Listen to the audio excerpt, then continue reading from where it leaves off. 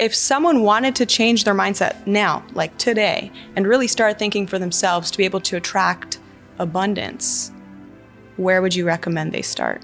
Like you said, the first thing is you need to realize that you can attract abundance. You can't chase money. You cannot chase abundance. You can only attract that which you are. So what you have in life today, who you are in life today, is merely a culmination of who you are as an individual, how you think about the world, and a cumulative effort of your habits and behaviors. So if you want to have a different life, you must become a different life. To learn how to think, I would give people a simple book. There's a book called The Art of Self-Learning. Before learning how to think, you have to learn how to learn, right? Just because you were taught in school how to read a book or that you had to memorize something doesn't necessarily mean that that was the way or the only way of learning. For example, people look at mathematics. They see mathematics as a form of problem solving. But what if mathematics is not a form of problem solving? What if it's just a language and you study these things as a language and you develop it as a language skill? So maybe you just have to learn differently. Once you develop your ability to learn differently, the first question you need to consistently ask in any realm of life is why?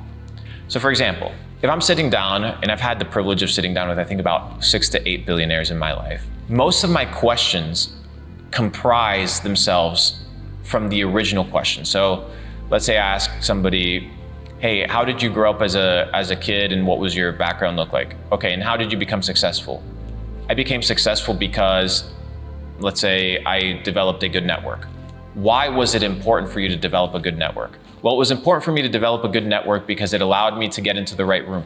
Why was it important for you to get into the right room? And if you ask why, you can get to the root cause or to the most basic common denominator of the principle of that thought. Most people don't ask why.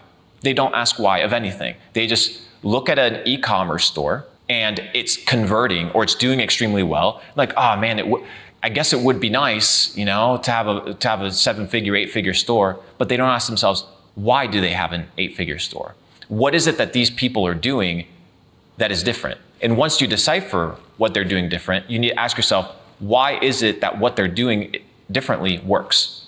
So if you can develop how to think by asking the question, why, so you must be willing to learn differently. So The Art of Self-Learning is a massive book that I recommend.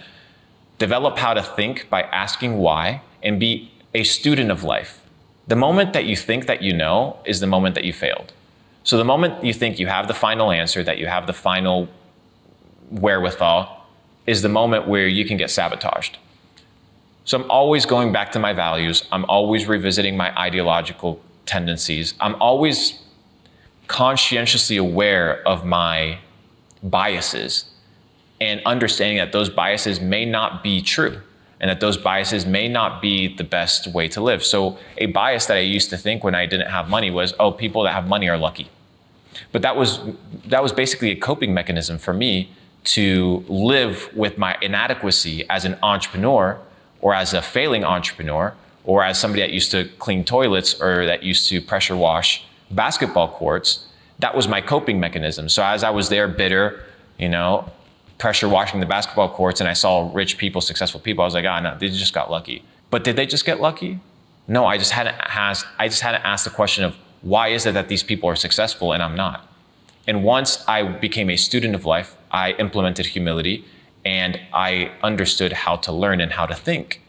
I began to develop a complete mind. And in the process of developing a complete mind, you develop a complete life. And it's inside Capital Club, which what we talk about, it's the creation, the multiplication, and the preservation of wealth. And wealth by definition is not money. Don't get me mistaken. Wealth by definition is abundance. So if you're only rich with money, but your family hates you and you have no friends and you are lying in a bed dying, or you wake up with stress and with anxiety, are you truly wealthy? You and I could probably both agree that no, you're probably not. You're probably not wealthy. So to develop a complete mind, you need to develop a complete life. And that means that you need to become a student of life in different avenues. So in health, you got to go biohack, go do some grounding, you know, go hang out with the sun, Don't be out here under the LED lights. And so many people are like e-com entrepreneurs are like just lab rats all day. But even you look at some of the philosophies and the culture of Shopify, they don't support that lifestyle. They support a balanced lifestyle, a lifestyle that has kind of more of a vibey experience to it.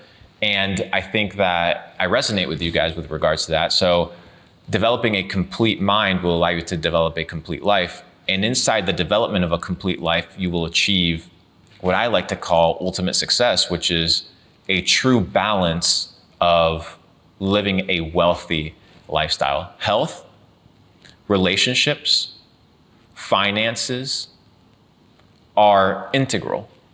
And if you're missing one of them, there will be something missing in your life. And I wish, like I truly wish, money wasn't part of the equation. But even 2,000 years ago, right, the medium of exchange were cows, right? So there's always that exchange in relationships. So you cannot neglect one, because if you neglect one, it'll have damaging effects to all the other areas of your life. Okay.